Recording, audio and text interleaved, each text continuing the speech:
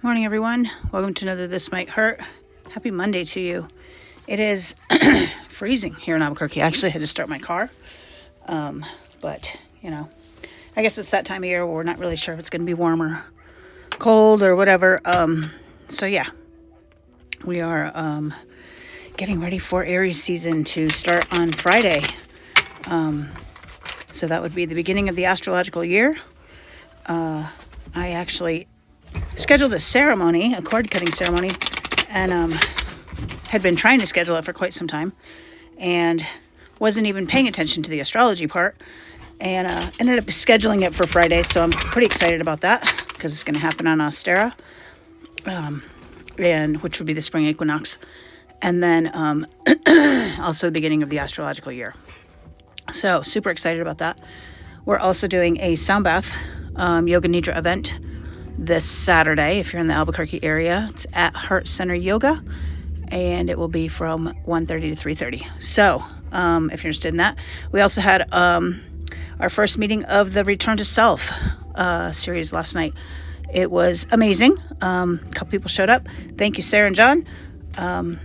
We talked about awareness and being aware of the things, right? Not necessarily, and by the things I don't mean necessarily good or bad, but just noticing things about yourself. And then our homework for the week is to count the number of times we notice whatever thing it is we're noticing throughout the week, because the idea is to prime our reticular activating system to then notice that we have a certain, reaction, response, behavior, whatever you want to call it, and then replace it with something different. So the first step is just awareness of the thing that exists. So that was really good. Enjoyed that. Hope to see you there next Sunday. And with that, let's get started. Energies for today. We have the Two of Cups in the reverse came second, and the Sun in reverse came first. So the Sun would be, happy life. So the Sun in the reverse, I'm not going to say that it's not a happy life. I am going to say that it is the perceived unhappy life. This is asking the question, why is this happening to me? Instead of asking, why is this happening for me? Sometimes our woolly mammoth brains can get in the way, and we see discomfort as unsafe, and it's in that discomfort where all growth happens. So it's just perceived, right? It's just perceived. It's not real. I guess you could say it that way. It is maybe it's toxic positivity. Maybe you're trying to be too much on the positive side of things and not letting yourself feel the feels. But either way, it is a distorted perception of what's going on. And the Two of Cups in reverse would be, I'm actually going to look this up. Imbalance, unreciprocated feelings. I never read this about other people, but I do think it's about another person. And maybe the problem is that there was, I don't want to say too much love, but there was an imbalance in the way of the affections were moving back and forth, right? A person can only love you as deeply as they love themselves. And if the person that you love doesn't love themselves, then they have no capacity to love you. It's not a you problem, it's a them problem, right? But there's some imbalance in a relationship, and it doesn't have to be romantic, but some imbalance in a relationship that the affection, the love, if you will, is imbalanced. And that's okay, right? And that could be the toxic positivity part, right? And there's a grief in that. There's a hurt in that, right? There's right away you feel like there must be something wrong with me if they can't love me the way I love me. And at the end of the day, it's not that. It's a them problem. But let's keep going.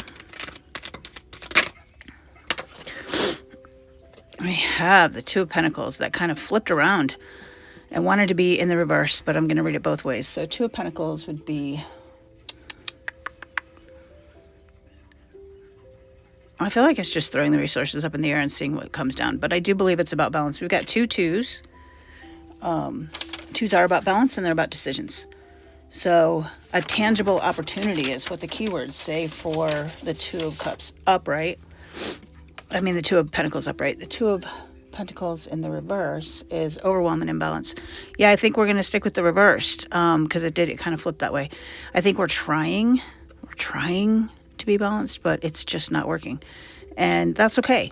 Maybe part of the problem is that we're forcing ourselves to see things in a positive way instead of grieving the thing that you want to grieve, right? And letting that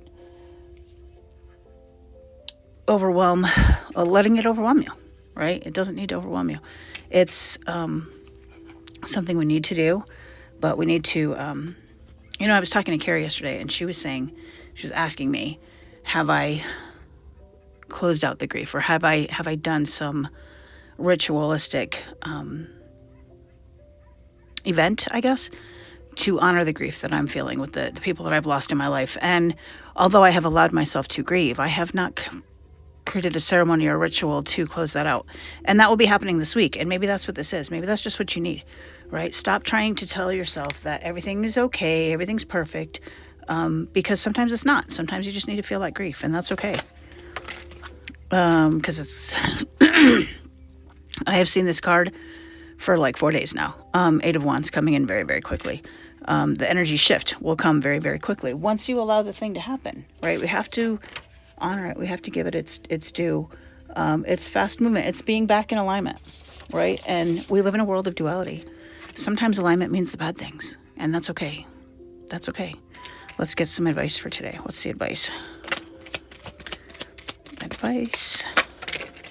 Couple things. Queen of Cups in the reverse, Six of Wands. We got a lot of reversals. I found that interesting.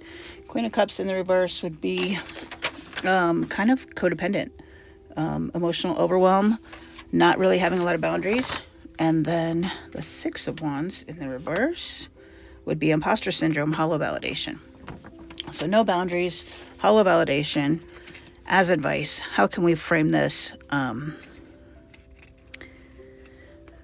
How do we frame this?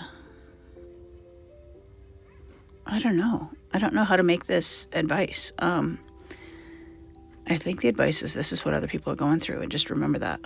We all have our times when our boundaries are weak. We're a little codependent, and there's a little bit of imposter syndrome.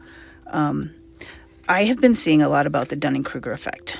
Go look that up. It's a graph with which it shows you the intersection of how much you know versus how confident you are.